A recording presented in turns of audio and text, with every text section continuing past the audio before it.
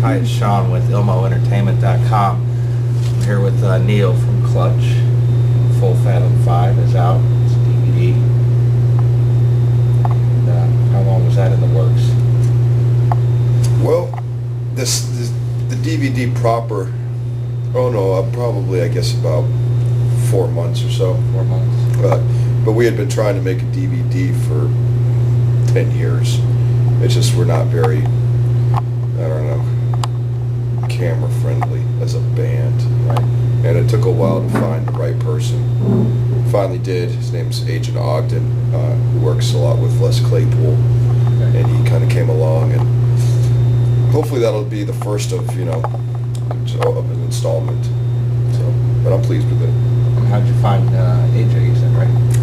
Agent Ogden. Agent Ogden, yeah, okay. Agent Ogden, yeah. He contacted us through the website, contacted our management, and then I met with him out in San Francisco where he lives, and because personalities have to battle with that kind of thing, because you have to see a lot of each other, and we kind of hit it off, and he and his buddies kind of came out and filmed a couple shows out east.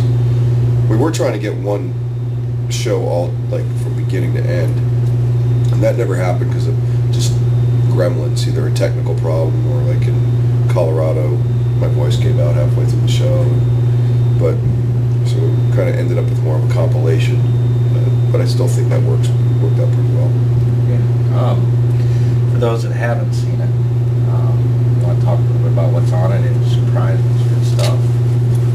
Well, it's kind of a collection of our songs from, I guess, as far back as the self-titled record, which came out in '94, and all the way up to Beale Street. And I forget exactly how many songs are on it. I want to say in the vicinity of 18 or 19. Okay.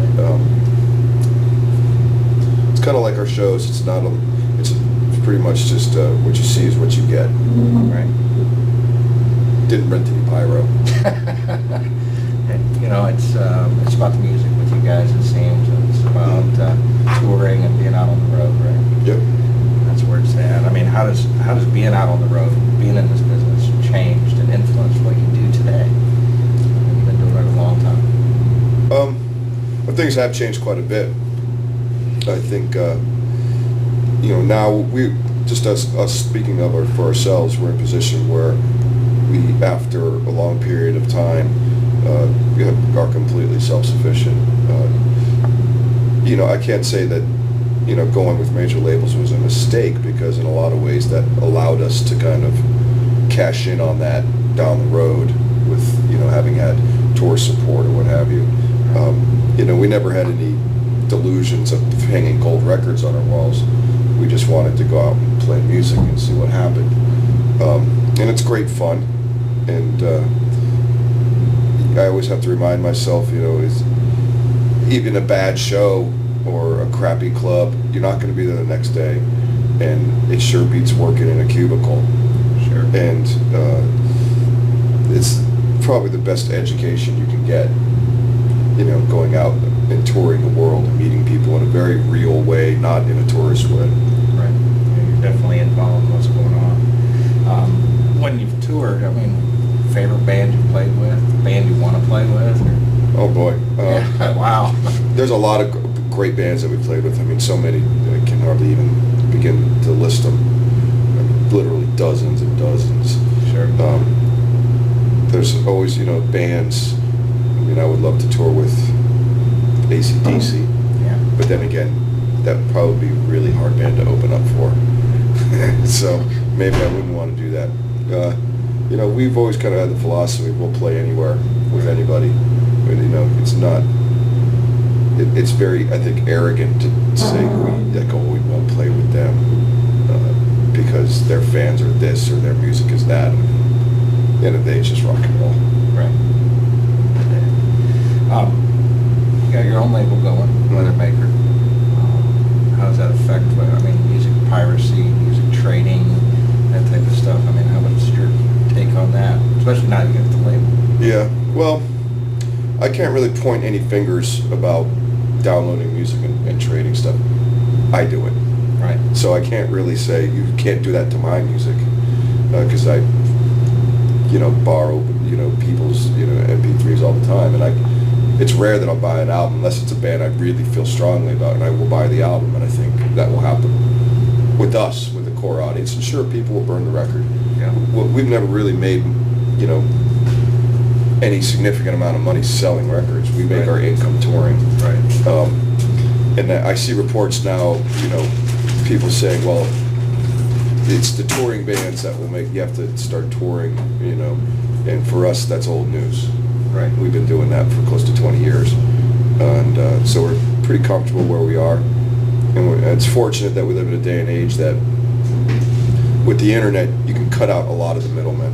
And Sure. you can make your own CDs. I mean, we have a guy working for us, actually two, to do the day-to-day stuff. Right.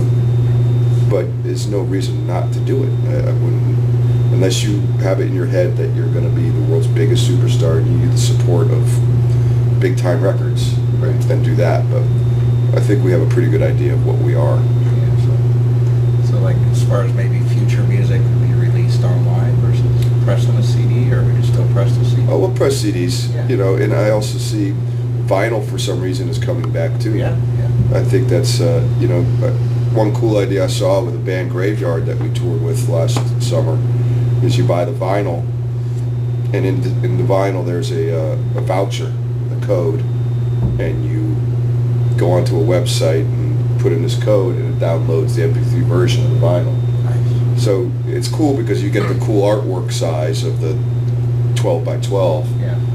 and you have, because most CDs are disposable these days. People put it in their computer, and then it's under their futon the next day. Right. Right.